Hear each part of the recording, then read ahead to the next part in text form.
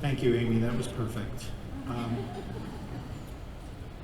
It really is an honor to be here. I was thinking earlier today when I was preparing for the talk that actually 14 years ago was my first FMEC meeting, and it's sort of daunting to think that over those 14 years I've been at multiple FMEC meetings and now standing here in front of you giving tonight's plenary. And I wanted to talk about addressing the leaking roof, understanding optimal healing and trauma-informed practices. And I wanted to start with a case of GS, a patient that's coming in for back pain. And as I say that, or you think of that, or you hear that in your office on a daily basis, certain emotions and certain things are triggered within you. I remember sitting in rooms with colleagues, looking at their schedule, they see someone coming in with back pain, and verbally, sort of outwardly, the inner voice comes out with the grunt and the groan. Here we go again. I can't handle one more back pain. And behind that are previous history, previous things that have happened, perhaps feelings of our own insecurity, perhaps our own experiences with back pain, our own experiences with the health system, but challenges that confront us, and baggage, obviously, that we sometimes bring into the room when we're seeing a patient. However, as we talk about things this evening, I'm hoping to provide you with an alternative perspective for when you're in those circumstances where you're seeing sort of a patient with a complaint that sort of is bothersome to you, is something you've had experience with in the past, and it's frustrating because the system itself is frustrating. And I'm not going to get boggled down in the details of the case of GS specifically, but I just want to provide a little bit of perspective of the typical medical response. If we were presenting this case, we would hear that GS is a 38-year-old male, mid-thoracic back pain for years, prior history of an MVA, and description of the pain. And we learn sort of about some associated symptoms, none of which present as red flag symptoms that we're concerned about, sort of possible etiology of the back pain. You collect a very detailed history of previous therapies that were trialed. You learn about his past medical history, medications, his family history. And then he tells you most recently he's been taking oxycodone acetaminophen, and it's been working for him. And obviously, with many things that are happening nationally, this presents a challenge. Immediately, you go to some other thoughts. Oh my gosh, should you be taking this medicine? How long have you been taking this medicine? Where are you getting this medicine? Are you coming in asking me for a prescription for this? How many prior authorization forms am I going to fill out? And how many forms do I have to do to make sure we get this medicine approved? And again, we're triggered by all of these things and the traumatic experiences that we can go through in this process. You do a physical exam, nothing overly exciting kind of on the physical exam, other than some paraspinal tenderness.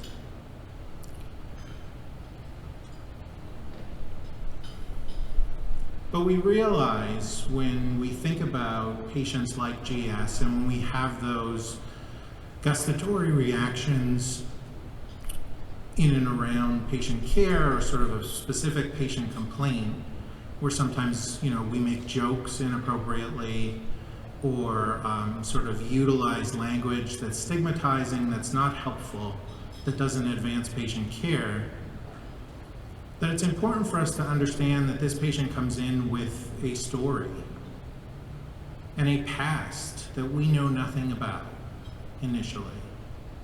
And as family physicians, I think we grasp the sense that Steve Wolf talked about at the American Academy of Family Physicians National Conference of Family Medicine Residents and Students years ago, when he said that we understand that health lives external to our offices in the hospital. It's before they come in, it's after they leave, and it's not a crux of what happens in that visit when you're seeing them for that particular session. Our episodic sick care system is not what defines health. So when we think about our patient, and particularly this patient that I saw, and where he came from in North Philadelphia, there's a whole story to this, and a history that even precedes him that has shaped the health of him and communities to come. And it's centered on public policy and housing policy that, many of us don't think about when we're in that direct mode of clinical care. However, it's critical and it's important. And when we think about areas that we live, and I share the story of Kensington and Port Richmond, particularly in the areas of Philadelphia where I serve, I'd like you to reflect, because the story I'm telling is likely very similar to the communities where you practice and live. Because our patient grew up in Kensington. And long before his family even thought that he would be here, Kensington was once a very booming area of industry. Hats shipped all over the world came from Kensington and North Philadelphia. The area brought significant economic impact and jobs, and a lot of people and a lot of immigrants, particularly Northern European immigrants, moved into the area and worked their way up in those factories and were able to gain affluence, gain management positions, and they moved to nicer areas of the city and moved out to the suburbs.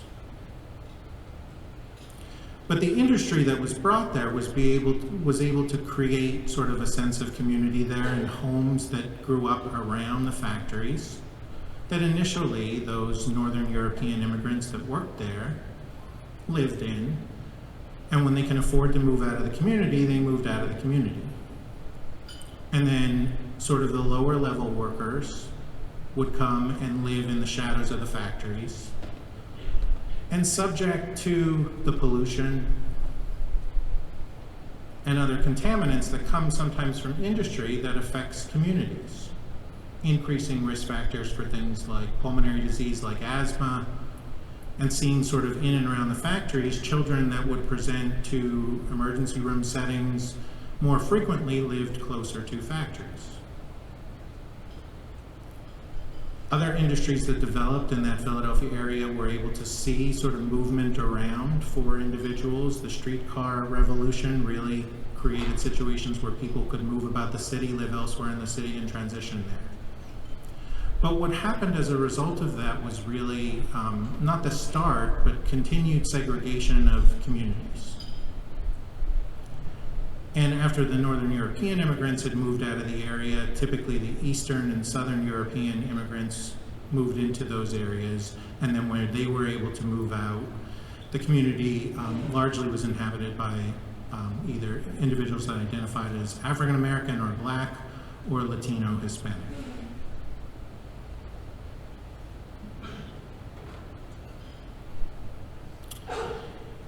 And in the 1930s, when we saw post-depression housing policies and redlining practices that affect certain communities, they targeted poor communities, particularly communities of color, and again created a situation where our policy devised institutional racism that will have lasting impacts on a community forever.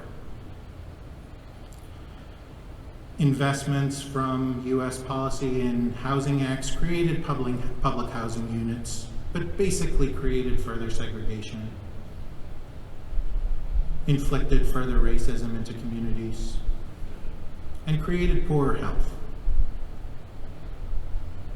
And in the mid-20th century, when the factories closed and the industry disappeared, we had a community who was already struggling and already affected by the policies. But again, the Housing Act in 1954 came in and called for urban renewal. Let's try to improve the situation. Let's try to improve the circumstances. People saw that there was a need and we needed to help things. But instead of investing in Kensington and Port Richmond, the city decided, well, it's most appropriate to invest this money into Society Hill and Old City, Philadelphia. And you can see why. Clearly follow the money. And you see sort of how the property taxes had changed and what they had to gain from taking urban renewal funds that should have gone to communities that drastically needed it and pour it into communities that didn't really need it, and it was just an opportunity to make more money and make more wealth, but not necessarily use the money that you were gaining from that to improve those other areas that needed it most. So what did we do? We have a history of policy sort of in urban planning and housing that has created circumstances of health inequities.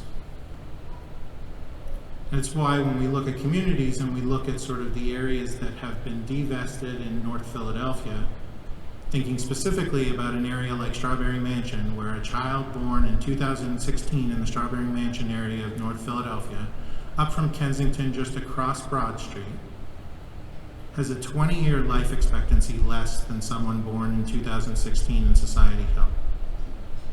And this is unacceptable. In the United States, the richest country in the world, we have this situation and we've created these circumstances. And we look at these figures and we say, well, we weren't there when that happened. We didn't develop those policies. Well, those policies are still happening till today. The community's still not getting investments. And the investments that are coming are gentrifying the community. And gentrification on its own certainly doesn't come with a negative connotation. But the displacement that comes as a result of the gentrification is really furthering the harm that we've created in this community. So we need accountability to look back at these policies and look at how these policies have shaped health and how it creates an inherent mistrust in systems in general in the communities that we serve. And for our patient that's coming in with back pain, he may perfectly come in knowing that we're going to blow him off.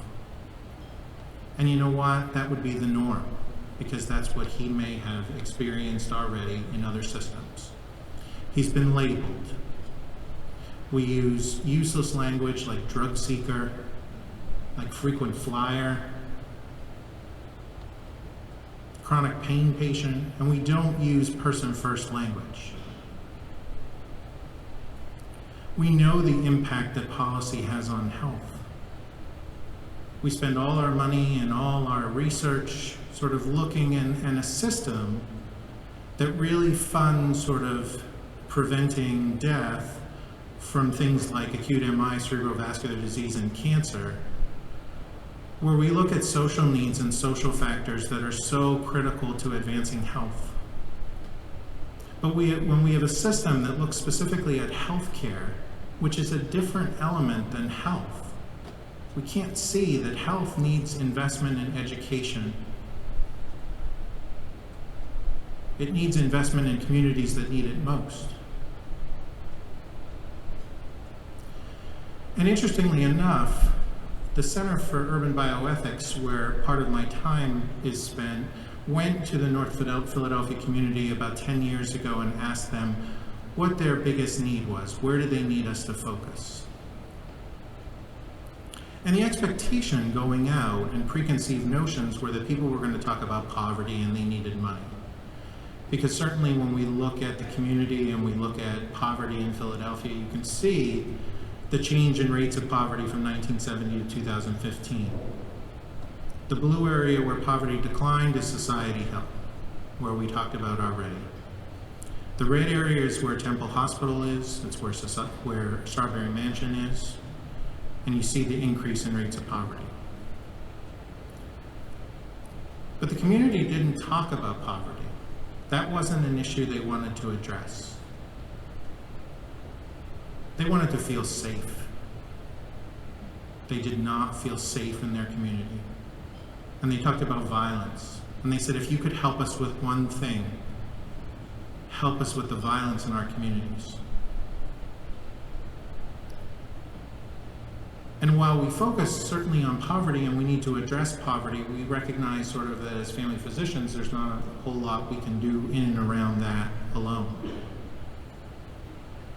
However, when we map sort of the areas of our highest rates of poverty, and we map violence and we map overdose deaths, they cluster around the same areas. And they're areas where policy has affected these communities, that has devalued and de-invested in them for decades.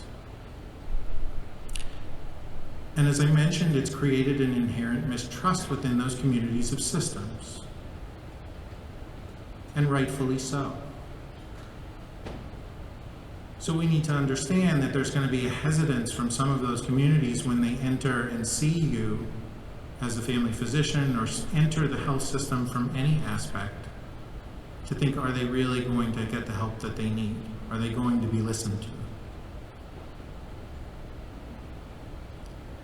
And growing up in a community where people have been made to feel like their community doesn't matter, it's not valued. Other people don't care about it, so why should you care about it? And then the traumas that individuals in those communities face have such lasting impact. We know the effects of adverse childhood experience and any trauma that happens throughout life, and its impact on the long-standing health into adulthood, higher risk of diabetes, heart disease, substance use disorder, and engaging in what some people call high-risk activity. What I say is maladaptive behaviors that were inflicted by traumas that happened to them earlier in life. And again, when we look at the areas that have been affected by poverty, the areas that are clustered with violence, as well as overdose deaths, we see high rates of adverse childhood experiences in those areas. And again, the dark green area in the middle of the map of Philadelphia there is North Philadelphia, where Temple Hospital is and where Strawberry Mansion sits.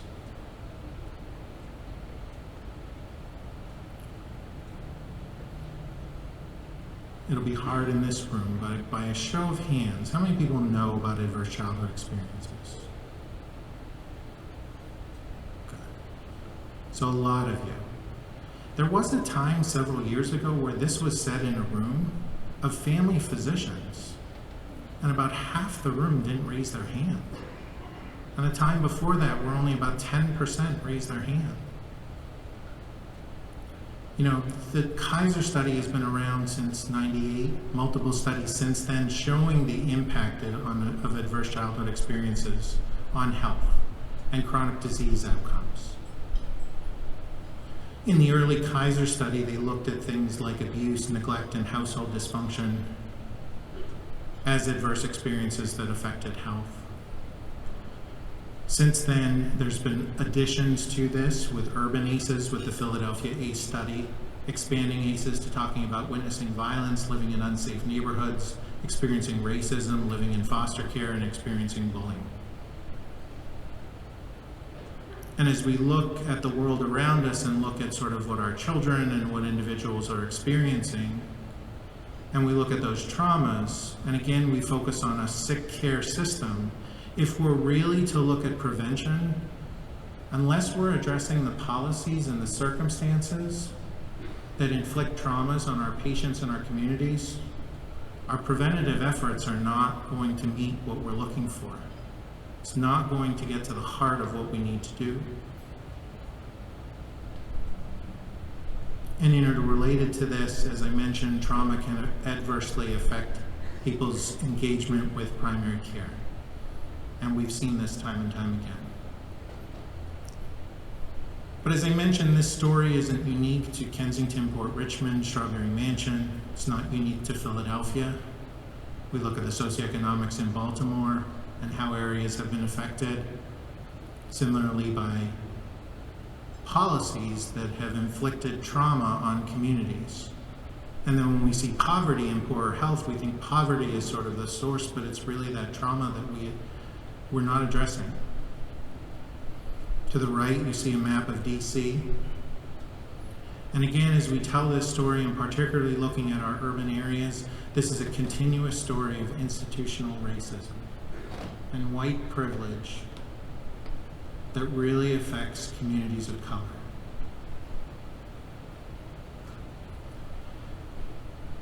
Looking at areas of Ohio,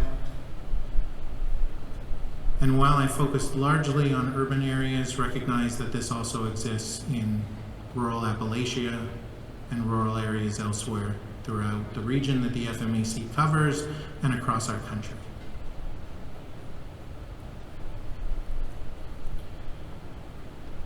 So there was a recent article that was in the New England Journal of Medicine Catalyst that talked about this leaking roof. And the main author was Wayne Jonas, who was here earlier today. I'm not sure if he's still here tonight, but talked about each chronic disease crisis is dumped on the shoulders of physicians who are constrained by a system that does not address the root causes. It's like repeatedly mopping up a wet floor while the roof continues to leak. And it feels like that. And venturing back to some of those initial gut reactions that people may get when they see the patient on their schedule with back pain, or fibromyalgia, or whatever it might be, substance use disorder. Those gut reactions come from that trauma of being part of a system where it feels very much like this. We continue to mop up this wet floor, and the roof is still leaking because the system is not addressing the leaking roof.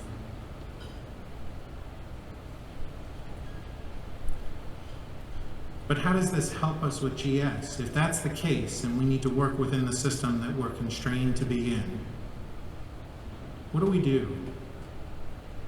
Well, I think family physicians as leaders, we change the system. And while we're doing that, though, GS needs care.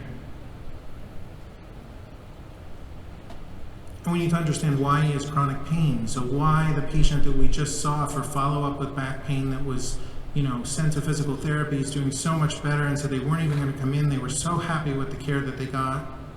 So why does GS still have pain over all these years? And we know, looking at individuals with chronic pain, about histories of trauma and rates of post-traumatic stress disorder. And unless we're looking for that, we're not going to see it. Unless we ask the questions, unless we understand the history. Unless we really get to know that person and they feel comfortable sharing that information with us and not being brushed aside. And it changes our entire perceptions and approach to the way we deliver quality care, to be more trauma-informed. And understanding sort of that while trauma happens both at the individual level for someone like GS, it also happens at the community level, with opportunity, people, and places. You see symptoms of community trauma here, and how trauma can affect population health, and has lasting effects. We collect this detailed family history, recognizing that at some point in that familial line, perhaps the diabetes had to start. And why is it that it seemingly started sort of when the family moved here and moved into a particular community and experienced these traumas and precipitated?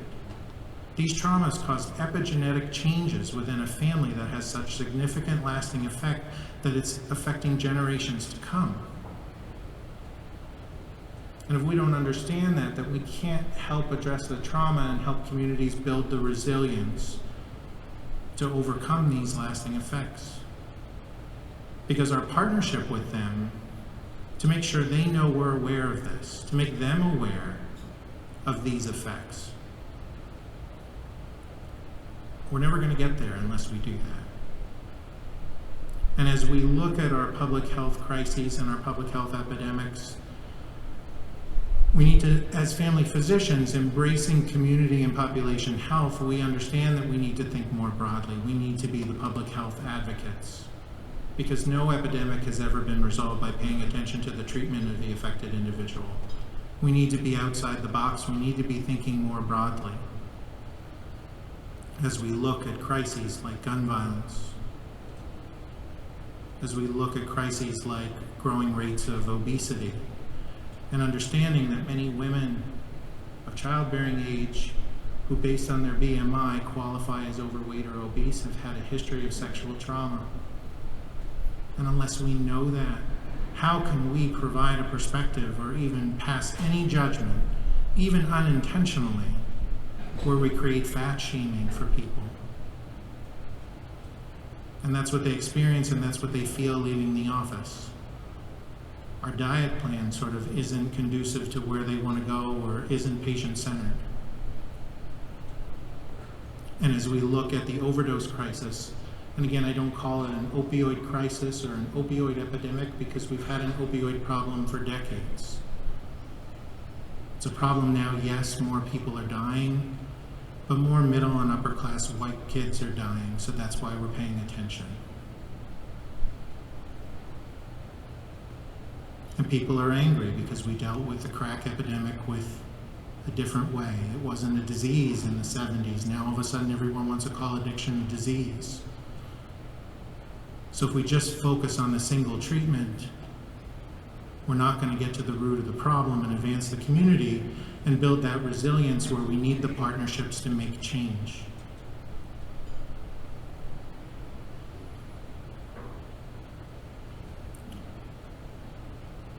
So what is the system that we need to build? What does that look like? Where does our leadership need to take us to change our current sick care system to a system that's trauma-informed? Well, what it doesn't look like is a system that's not educated on trauma.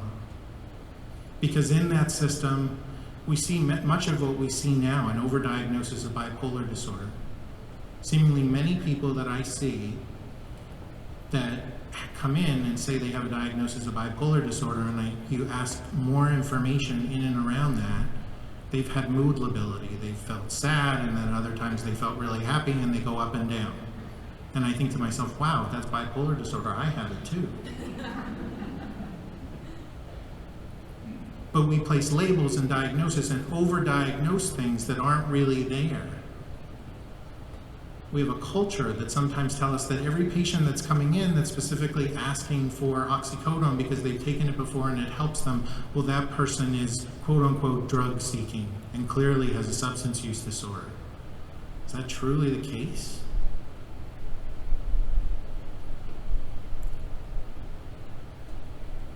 So imagine a system where we take a look at our patient GS and we link his pain to his trauma. Because GS was born in Baltimore. He was raised by his older sister because his mother passed away shortly after he was born. Father was never sort of very helpful to him, is what he says in the past, and was part of the family but was working a lot and wasn't really around because he was working. He respected his father and his father did the best that he could for him, but he was working trying to support the family. But he loved his father and there was no problems there, no significant issues. But he got older and there was an incident with his older brother in the neighborhood,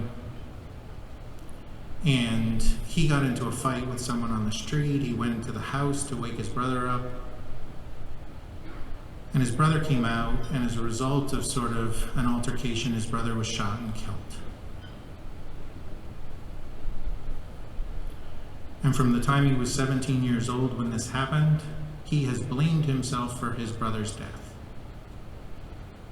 And he carries that blame with him.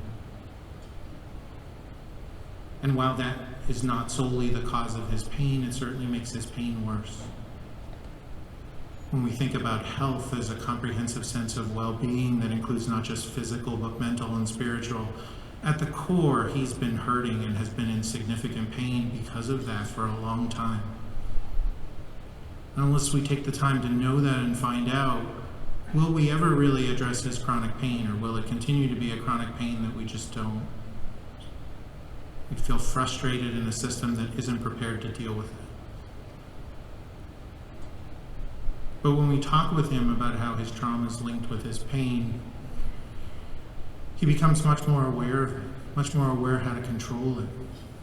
He could receive services for that trauma in the past and that feeling of blame and shame that he's responsible for his brother's death. He could become an active advocate and work in our Philadelphia Cure Violence program and actually be a violence interrupter, where he works in the community to reduce gun violence. Imagine a system where we have a coordinated medical neighborhood that's trauma-informed, provides resilience, integrates resources, and reduces the inequities that our policies and our practices have shaped for years.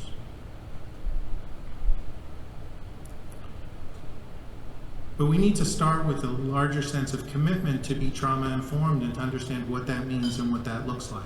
And we can't all go running to that. The expectation is we don't start tomorrow and all of a sudden we're trauma-informed. It's a process and it takes time. And it really starts with us. But as a system to do this, we need to build organizational culture that accepts this as well. But moving away from this, we need to move away from the traditional paradigm where patients are sick, ill, or bad. Behaviors are misinformed or misguided. Using stigmatizing language that's not helpful. Now, I'm not telling you to see every late patient, but perhaps a patient that shows up late to your clinic instead of being told, you're 30 minutes late. What a difference if they were received at the front desk. We're really glad you made it. We were actually really worried about you. Start there. Who knows what they went through that morning? Who knows what they went through that day? And they made it into the office. I work on a mobile recovery unit in Kensington, and I saw a gentleman a couple of weeks ago who's been seeing us receiving buprenorphine care. He came to the unit and he was so upset because he was doing well and then had used over the weekend, and he used because his daughter was shot and killed. The fact that he got to that unit that day, he could have done whatever. But after that, after such a traumatic experience, for him to get himself up out of bed that morning and get to the unit to receive his care, that needs to be rewarded. We need to talk about that. It's unbelievable how strong you are that you were able to get yourself here today. Not that the behaviors, those behaviors were maladaptive behaviors that were triggered in the trauma that just happened to him that was so significant. If we look at adherence from that perspective, medication adherence, if we approach substance use disorder, if we approach sort of the challenges that sometimes frustrate us, and understandably frustrate us because we've been through our own traumas, as have our staff, you have a different perspective, and there's a different feel, and there's less frustration. And understanding that in this process, because of trauma and transitions, that the process sort of to growth isn't this linear process. It's twisted and turned and rocky, and that's the fun of it. Going on that ride with someone and seeing them sort of come out on top. And recognizing that sort of all of us step back and all of us fall at those times. And sharing in that.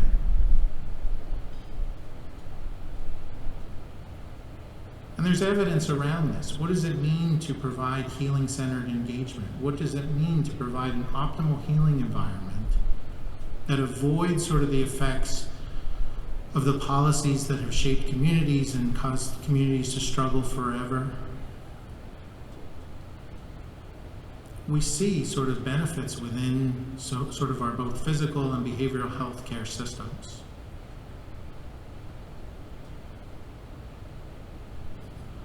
So what can we do? Where do we get started from here? Because this is a lot, and it still feels really overwhelming. So what are steps we can all take leaving here to become more trauma-informed? Step one is really realizing a lot of who we are and what we do are because of things that happen to us. That's us, that's our staff, that's our patients, our children, our family members. And those reactions, sort of automatic reactions under stressful circumstances, if we change our perspective to understand this, we approach it differently. Our initial thought isn't that go-to with sort of the anger or the frustration. We go to a different place. And once we acknowledge that, then we need to look at ourselves and evaluate ourselves, and maybe do an ACE screener on ourselves at our own previous trauma, and how that affects the way we view the world, how we view our patients, how we view the system, and challenge the way that we think about things. Self-assessments regularly are helpful, and question and being open to change. Step 3, how do we transition from ourselves elsewhere? So a key piece is sort of making sure our staff and people in our offices know about this, and making sure that our offices are environments that are optimal centers of healing. Understanding what it's like to be in the hospital in the emergency room and sort of waiting in the emergency room waiting room. It's busy and it's traumatizing. And the person that goes in and leaves, the people are frustrated with, well, why did you leave? We sent you there. Why did you go home? Imagine what it's like to be sitting in that waiting room with the crying and the yelling and sort of being triggered to past experiences that have negatively traumatized that individual. So making sure that our offices and our places where we work are centers where people feel comfortable. Maybe sharing information or having information available about trauma and trauma-informed care so people know that we're thinking about this. We understand it. We understand that it has impacts on individuals and communities. And it opens discussion for links with our patients, with our communities, to build greater bridges to create resilience. And then expanding that, as I mentioned, with staff. And maybe we consider implementing things into our practice where we're actually doing this directly with our patients. Linked to evidence-based screening practices around intimate partner violence and depression, and consider things like adverse childhood experience screening. I caution you though, I don't want a takeaway to be, oh, well, we're just going to start doing ACE scores on all of our patients. Don't do an ACE score unless you're ready for the results and you know what to deal with it. By asking the questions and then not being able to provide the support that perhaps happens as a result of this, you could trigger someone and actually do more harm than good. The realities are such, though, when you have systems in place and you're doing these screenings, studies have shown that when patients have been asked, is it important that we're asking these questions, and did you feel uncomfortable by these questions? By and large, the answer is they feel that it's very important that they asked it, and they did not feel uncomfortable that they were asked those questions in the office, and they thought it was important to their care.